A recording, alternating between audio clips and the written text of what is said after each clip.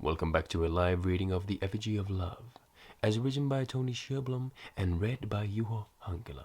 This is Chapter 12, Fate Permitted. That day, God surely must have heard his promise to her and demanded that it be kept in a sick, cruel way. You see, winter was slowly approaching, bringing with it occasional showers of snow, making an otherwise grey world look like an ashen capital. For the low-born, winter was the worst time of the year. The first fall of snow signaled the start of their annual fight for survival, as their homes grew colder and the days grew shorter.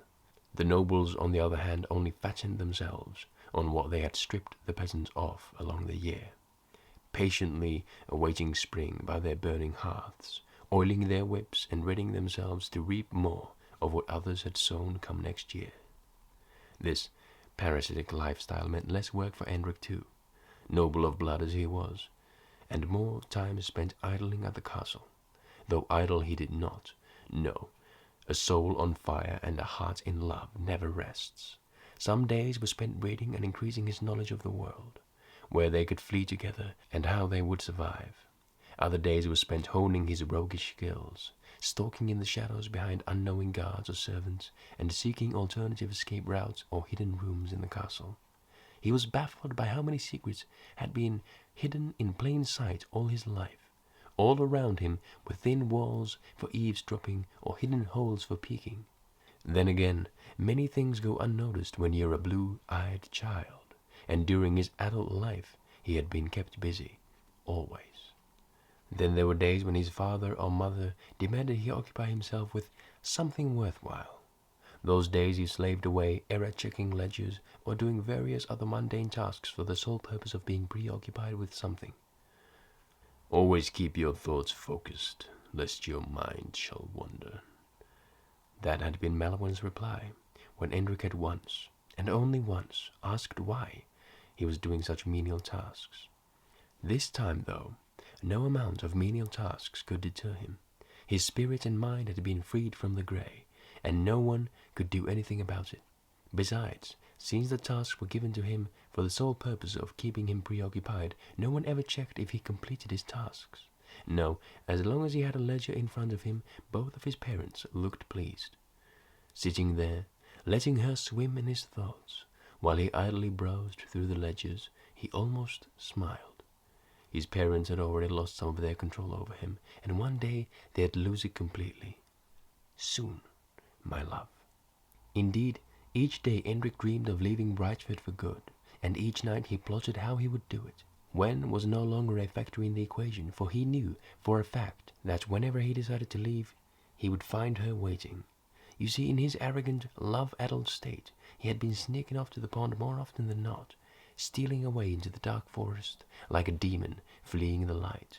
Merely sitting with her in his thoughts all day wasn't enough anymore. He wanted, no, needed, to feel her presence.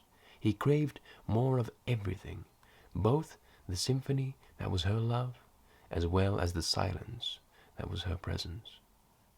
For this silence they shared harmonized with him as much as the song resonated with his soul, always speaking of brighter days yet to come, fueling his desire to leave the grey together. Weeks passed in a delirious state of dreaming and hoping. By November, Endrik felt as if he had known her for all his life, and it was not far from the truth. You see, it was not by chance that they met that fateful night last summer. No. While Endrik had visited the pond all his life, thinking he had been enjoying contemplative solitude, it was far from the truth. Her watchful eyes had always been on him, reading his sorry soul, figuring him out, realizing he was not tainted like the rest of mankind. Instead of cruelty, greed, and selfishness, Endrik had been full of sadness, hope, and a familiar sense of longing. Though the light inside of him had been dim, and his body had been scarred, covered with scabs or bruised, he had not let the grey infect him. The young boy, sitting nose deep in his journal by the pond, had seemed to carry the burden of the whole world on his shoulders. All of this had become clear to Endrik, little by little, as a byproduct of learning that there were thousands more colors in this world than grey, that the beauty in all of the fairy tales was based on something real, yet long since forgotten. The fact that the world's colors had long since abandoned man was harrowing, but his emerald dream remained, and so would remain. Each night that they met, they walked hand in hand among the stars. They harmonized with the whistling wind. They painted the tainted canvas that was the world anew with their resplendent passion and love. And each morning he woke up underneath the same grey sky.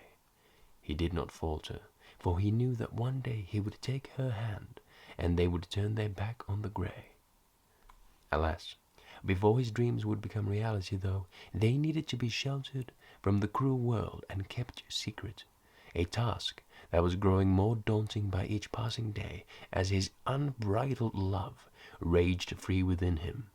Not only was it hard to hide his true emotions from the world, it was nearly impossible to keep the secret from the one other person he loved, Myrtle. That sweet old maid had never asked him outright, yet somehow had seemed to see through his mask, smiling wistfully as she noticed his eyes grow distant, or sighing silently if his cheeks were blushed. She knew something, but in a sense nothing. Is it better that way, or do I owe her an explanation? How will she fare once I leave? Should I tell her before I leave? No, was always the conclusion to his gnawing anxiety. Not only because it could impede on his plans to escape, but also because he knew that keeping a secret could hurt you, and he didn't want Myrtle to get hurt. No matter how much he hated it, he needed to be selfish. He had to let the grey tarnish him so that Myrtle would be safe. If she knew, she would understand and support him. She always had, and always would. She was, after all, an angel in a house of devils.